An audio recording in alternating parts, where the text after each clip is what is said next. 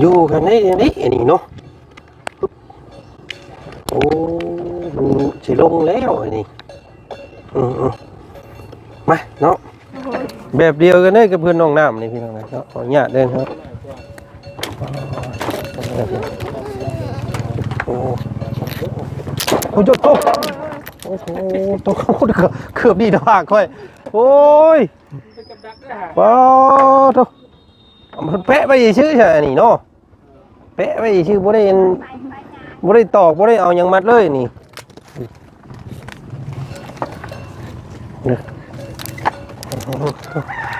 โอ้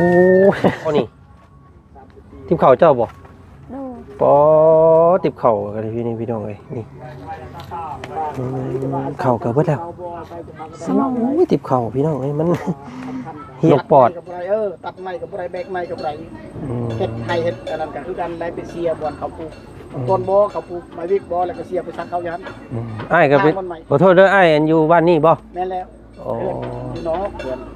อันนี้แม่นเพื่อนเราดีเนาะเพื่อนเราดีเราอยู่ดีบ่ได้ตัวอันนึงคนโซเด้คือเบาและตัดไม้กับไรมีแต่ลูกชายคนเดียวแล้วคนอยู่ดีไม่แห้งบ่แม่นได้ทั้งคนโซพร้อมได้เป็นปอดอายุกับบ่หลาย35ปีนะแต่ว่าเฮ็ดเวียกบ่ได้ตัดไม้บ่ได้แบกไม้บ่ได้นะวะนะแบกก็บ่ได้ตัดก็บ่ได้โดยนี่แต่นี่แหละเนาะสู้ๆได้ทำเด้อเนาะเป็นคนฮู้ผู้ดีถึงครอบครัวเฮาจะยากจนก็บ่ต้องอายไผเนาะให้ภูมิใจว่ามีแม่เจ้าเก่งเด้เนาะเลี้ยงเจ้าใหญ่ได้ทั้งที่โตผู้เดียวพี่น้องไงเนาะ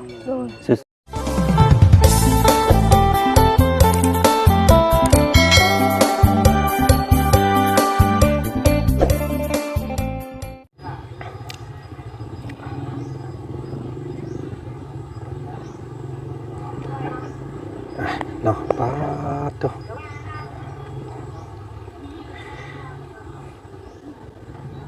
เปลี่ยนบรรยากาศเปลี่ยนภาพมาทางพี่มื้อนี้พี่น้องเลยเนาะเปิดภาพมากับพ่อกับงัวแม่ตัวหนึ่งเนาะหมากกระลุงใหญ่กว่างัวพี่น้องเลยเอาพี่น้องเลยบุคุณหน้าคุณตาปานใดได้เนาะมื้อนี้พามาพี่เด้อพี่น้องเลยหมู่บ้านแก้งไข่เนาะพี่น้องเลยเนาะเดี๋ยวเด้อขออนุญาตเด้อพี่น้องเด้อขออนุญาตเด้อเนาะนี่คือองศาคมเที่ยงเนาะว่าจันยืนพวกองศาคมเที่ยงเห็นบ่เพื่อนพี่น้องเลยคมเที่ยงนี่เบิ่งเด้ออุ้ยช่องเสียฮัทแท้นี่เนาะเดี๋ยวเด้อเอาตัวนี้ออกเลยเพราะว่ายันโบเรือเนาะ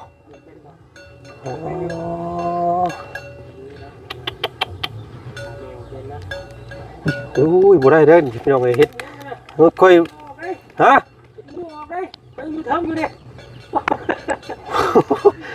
เขาออกนี่แม่นบุ๊บรุ่นนี่พี่น้องเอ้ย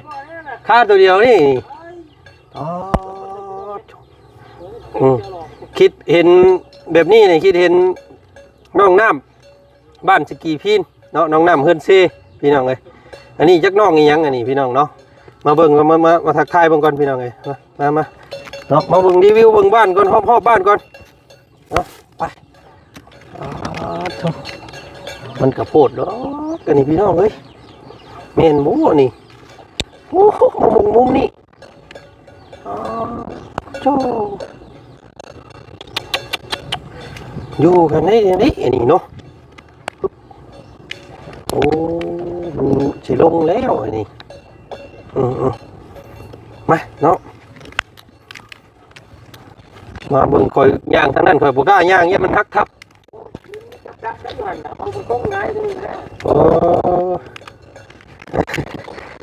เด้อสบายดีเด้อเนาะสบายดี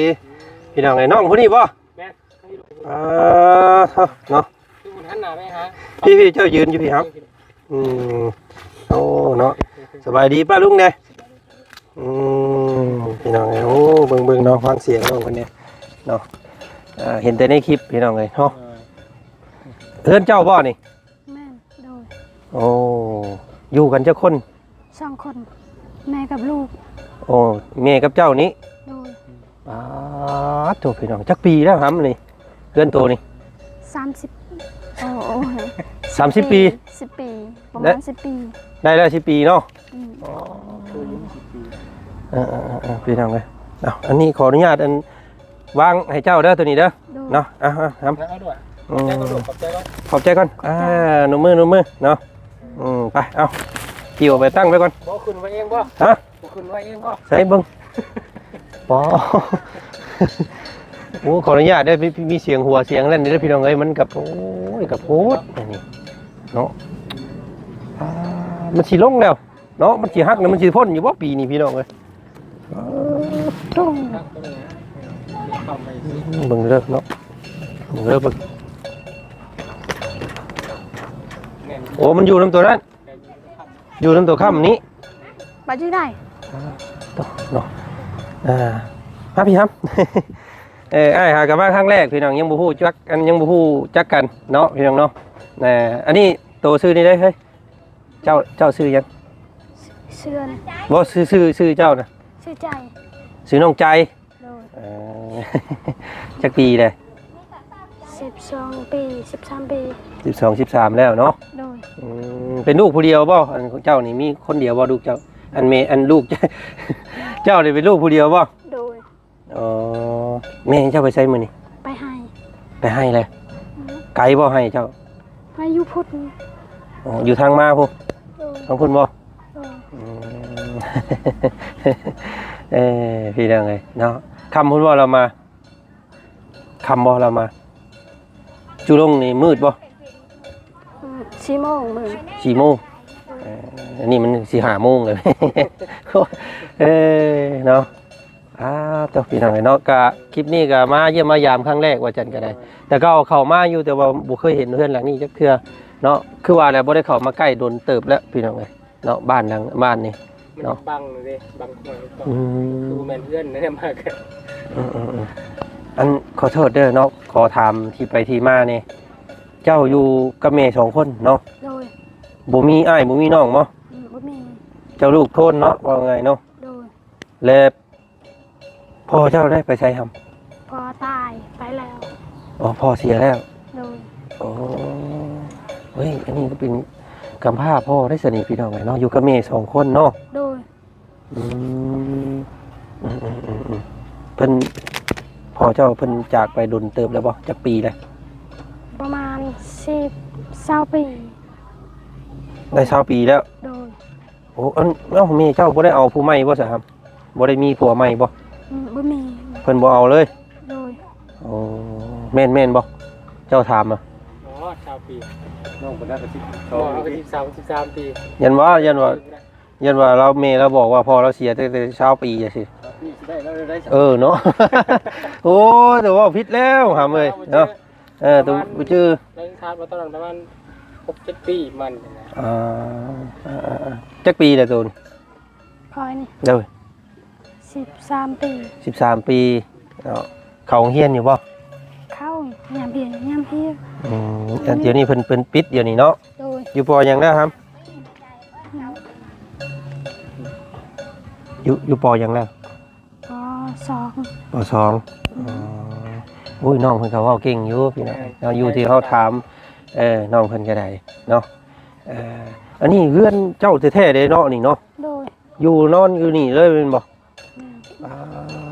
กลางคืนมาเจ้านอนนำกันกับแม่เจ้าบ่ นอนอยู่นี่กลางคืนแล้วนอนอยู่นี่ลมพัดนอนอยู่นี่ ประชาผลตกผลหัวเลยสิครับอันนี้เนาะแล้วว่าเอาขึ้นไปทดสอบได้บ่ขึ้นไปนั่งได้บ่ ได้ ได้เนาะมันบ่ฮักบ่ ว่า บ่ฮักเนาะ ฮักนี่ยา เดี๋ยวพาเราเอาขึ้นเบิ่งนี่ไปเนาะสมมุติว่าเจ้าอยู่นี่ได้มันก็คืนมาเอาไปเนาะ ท่านใดทำขึ้นคักเนาะ แบบเดียวกันเลยกับเพื่อนน้องน้ำนี่พี่น้องเนาะขออนุญาตเด้อครับโอ้โหจบโอ้โหตัวเกือบดีดอกค่อยโอ้ยว้าวตัวมันแปะไปชื่อใช่นี่เนาะแปะไปชื่อบ่ได้ตอกบ่ได้เอาหยังมัดเลยนี่โอ้ไปข่อยคู่เดี๋ยวข่อยสะพัดได้แล้วมันอันตรายก่อนเด้อ อันนี้ก็นี่เนาะประมาณ80เซนถ้าจากอันนี้ไปนี่เราต้องค้านเขาแบบนี้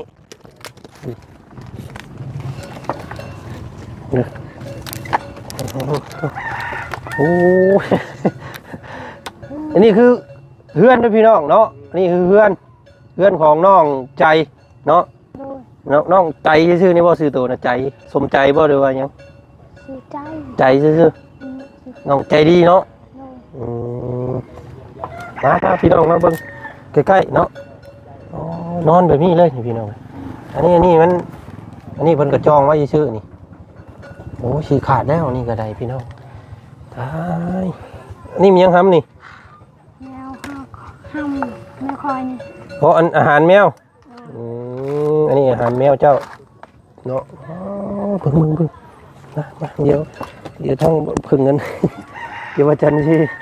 ให้พี่ให้น้องเบิ่งก่อนพี่น้องเลยเนาะอ๋อ นี่หมูคั่วแล้วเนาะเป็นหิ่งเป็นหมอเป็นสากเป็นปลาไหลเป็นนัวเกลือพริกแล้วอยู่นี่พี่น้องเลยโอ้ย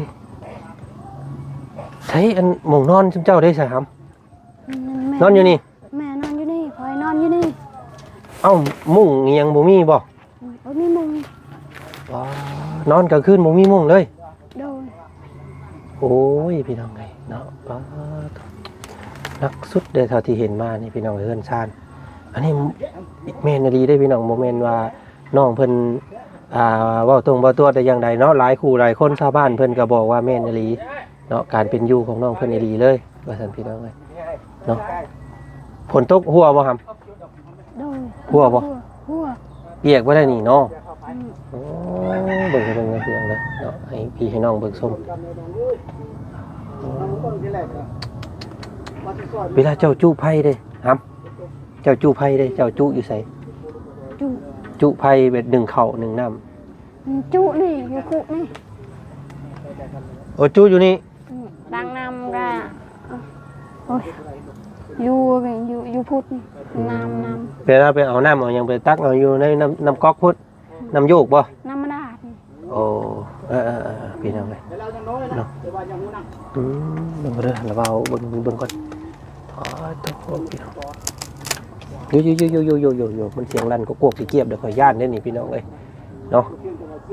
โอ้ย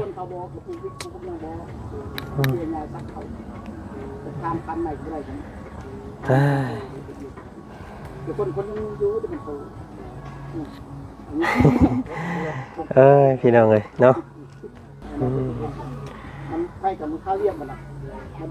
ชงเสื้อเจ้ามีจักโต เสื้อคอย3 โอ้อัน 4 เอา โตบาเซียนสวย อ๋อเสียงซื้อมาให้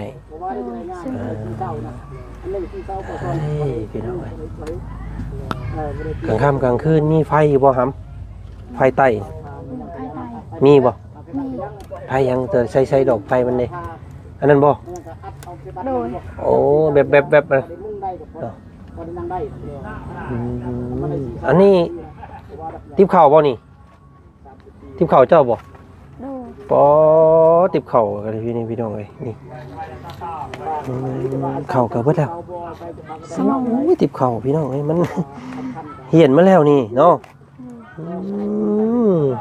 ติบข้าวหวดอันนี้ของนี่เนาะมีหยังทำอยู่ในนี่โอ้อันนั้นเนาะเป็นของอันเพิ่นใส่อันนี้ไว้เฉยๆโอ้กล้านอนเนาะเจ้าก็เนาะ โดย บ่ย่านมันฮักบ่ ฮักอยาก ย่านอยู่เนาะย่านอยู่มันฮักแต่ว่ามันเฮ็ดเองบ่ได้บ่ครับเฮ็ดเฮือน ไม่ได้เอง เฮ็ดบ่ได้เนาะ โดย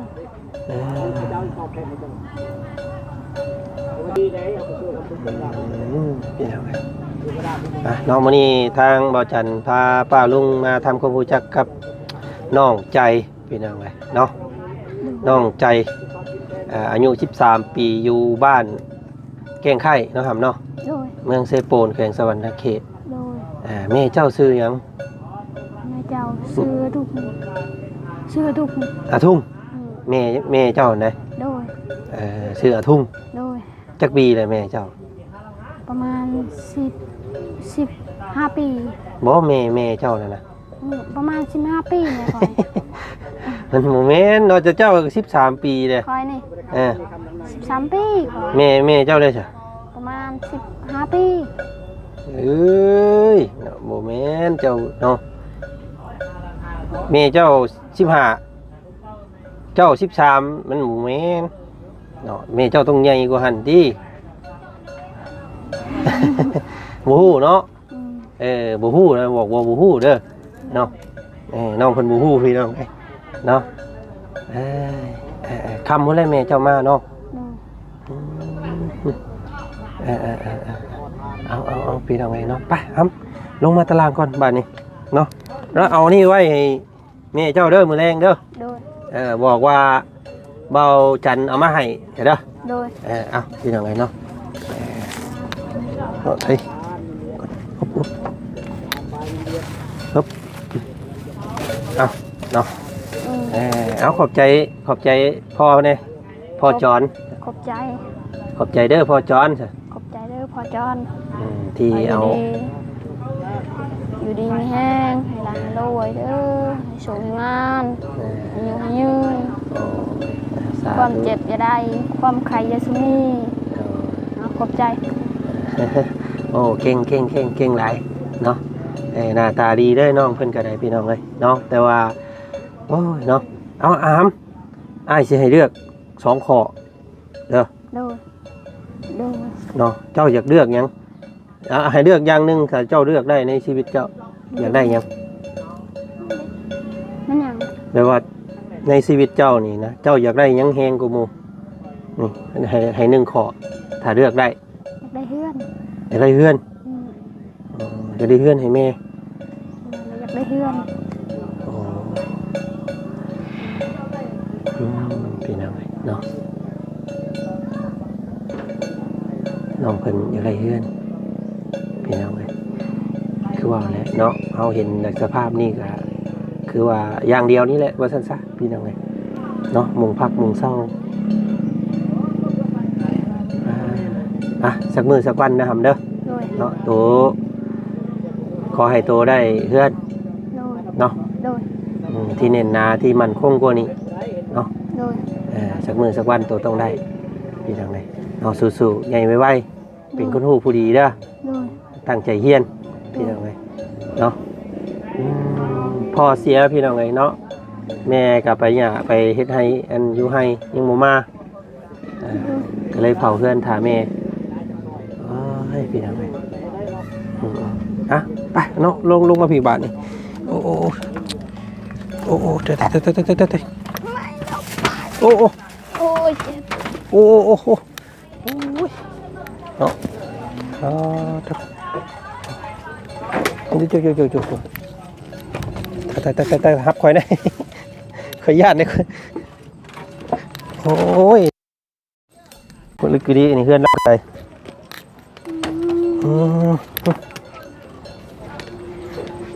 ตัวเที่ยวกับมากเวลาเนาะเที่ยวกันเรียบร้อยโอ้มันก็สุดอีดีเฮือนเรานี่เป็นไงเนาะพลึกดีแม่ก็สู้ดี โอ้โบราณปานได้30ปีแต่โซ่ปิดปอด นกปอดกับไรตัดไม้กับไรแบกไม้กับไรเฮ็ดให้เฮ็ดอันนั้นก็คือกันได้ไปเสียบอนเขาปลูกต้นบ่เขาปลูกไม้วิกบ่แล้วก็เสียไปซักเขายันอ้ายก็เป็นขอโทษเด้ออ้ายอยู่บ้านนี่บ่แม่นแล้วโอ้พี่น้องเพื่อนอันนี้แม่นเพื่อนเราดีเนาะเพื่อนเราดีเราอยู่ดีบ่ได้ตัว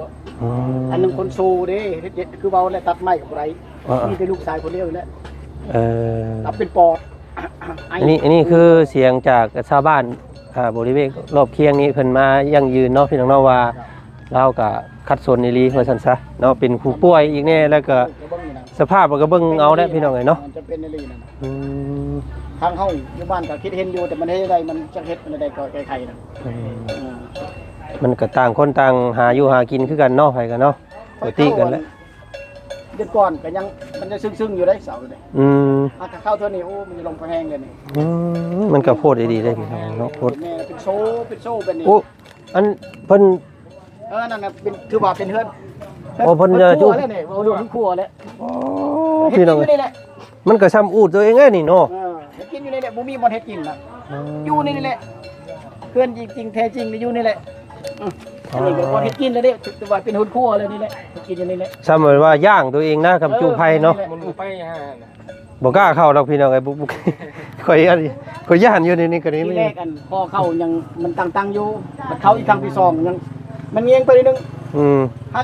ครั้งที่3นี่เข้ามานี่ เดี๋ยวเอาตัวนี้ได้ค้ำไว้เนาะ เอามาปรึกษาจากช่วยกันจะได้มุมมีได้ใครๆจะช่วยกันนั่นแหละให้พวกลุง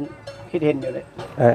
พี่น้อง เบิ่งนำกันนี่นะเบิ่งนำกัน เนาะก็ให้ภาพมันบรรยายได้พี่น้องเด้อคลิปนี้ก็ได้เนาะ คนอยู่ดีมีแหงบ่แม่นได้ทั้งคนโซ่พร้อมได้เป็นปอดอายุก็บ่หลาย35ปีนะแต่ว่าเฮ็ดเวียกบ่ได้ตัดไม้บ่ได้แบกไม้บ่ได้นะว่านะแบกก็บ่ได้ตัดก็บ่ได้โดยมีแต่ว่าคือเว้าแล้วคนใดเดินเป็นแปลนก็ไปซักเขาเสียมีเสียหญ้าซื้อใดได้อยู่แหงตักนำคือกันและมีแต่ว่าแบกผู้นึงเอามามื้อนี้บ่พอแล้วพี่น้องก็ยังบ่เพิ่นยังบ่ทันได้มาแต่เฮ็ดเวียกเนาะคำผู้ใดเพิ่นสิมาว่าซั่นซะมาพ่อแต่ลูกชายเพิ่นเนาะก็อายุ13ปีน้องใจว่าซั่นพี่น้องเอ้ยอยู่บ้านแก้งไข่เด้อพี่น้องเด้อเนาะถ้าผู้ใดเบิ่งชมคลิปนี้อยู่เนาะอยากสดอยากสวยน้องเพิ่นในรูปแบบใดบ่ว่าเป็นข้าวสารอาหารแห้งหรือว่าเสื้อผ้าหน้าแพรเนาะหรือว่ามีอยากสมทบเนาะซื้อไม้ซื้อตอกเฮ็ดเฮือนให้เพิ่นก็ยินดีเด้อทางบ่จันก็มาซอยหากะเห็นครั้งแรกพี่น้องไงเนาะเห็นแต่หมู่เพื่อนมาหาบ่คิดว่าสิขนาดนี้นะมาเบิ่งน่ะป้าโตเนาะก็ผลึกก็ดีพี่น้องไอ้โพดบ่ได้